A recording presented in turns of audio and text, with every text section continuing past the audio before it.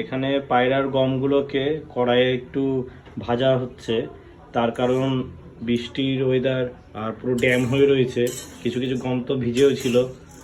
এবার পায়রাগুলো খাচ্ছিল না, মাকে এখন বললাম মা একটু এগুলোকে ভেজে দিচ্ছে যাতে এগুলো একটু তাজা টাইপের থাকে আর ওরা খায়। তো লফটের এই সাইডে জানলা দিয়ে জলের হ্যাচলাটা ভেতরে ভালোই ঢুকেছে, আর কয়েকটা পায়রা ভিজেও গেছে, ভেতরটাও দেখলাম ভালোই ভিজে রয়েছিল, তাই এখানে প্লাস্টিক দিয়ে এরকম ঢেকে দিয়েছি। তো ছেলেগুলোকে এখন খেতে দিয়ে দিয়েছি, গম ভাজার পরে ওরা ভালোই খাচ্ছে। আর দেখতেই পাচ্ছেন ভেতরটা কীরকম ভিজে ভিজে গেছে, সব জলের হ্যাচলা এসে একদম পুরো ভিজিয়ে দিয়েছে। এবার এদেরও খেতে দিয়ে দিয়েছি।